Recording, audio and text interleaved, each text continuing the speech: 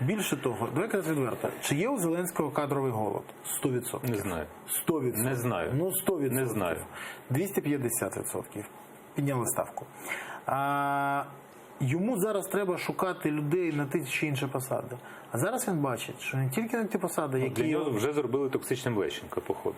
Ну, от, скажімо так, от тут питання, то коли, мабуть, Сергій зробив сам все. Сергій зробив все сам. Ну, давай казати. Сама. Тут сама. Ну, як в анекдоті, сама. Так, все сама. Більше того, наскільки я бачу, що зараз Сергій зробив себе токсичним і для Мустафи, наприклад, Наєма, з яким він товаришував дуже близько, зараз вони майже не спілкуються, взагалі не спілкуються. І це його вибір. Ми не можемо його критикувати за це, це його вибір, це його модель поведінки.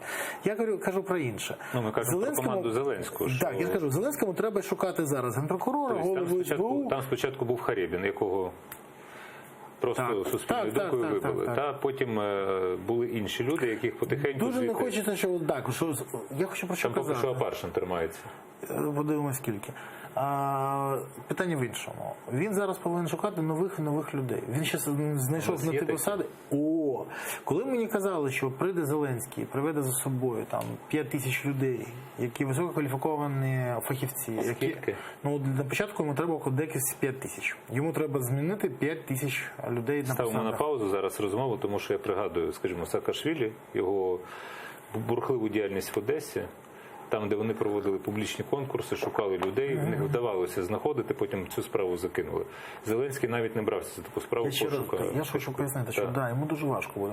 А зараз з'ясовується, що не тільки губернаторів, заступників председателя СБУ, керівників тих чи інших органів, голову генпрокурора, міністрів. Йому ще треба шукати вже і членів тої групи, і там.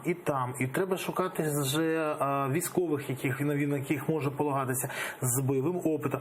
Це не так просто, не так швидко. З бойовим досвідом у нас в країні якраз кадрового голоду насправді немає. Ні. Гарний вояка не може бути завжди гарним стратегом. Він може показувати майже таке щось несамовите на полі бою. А як стратег він ніякий. Таке те може бути.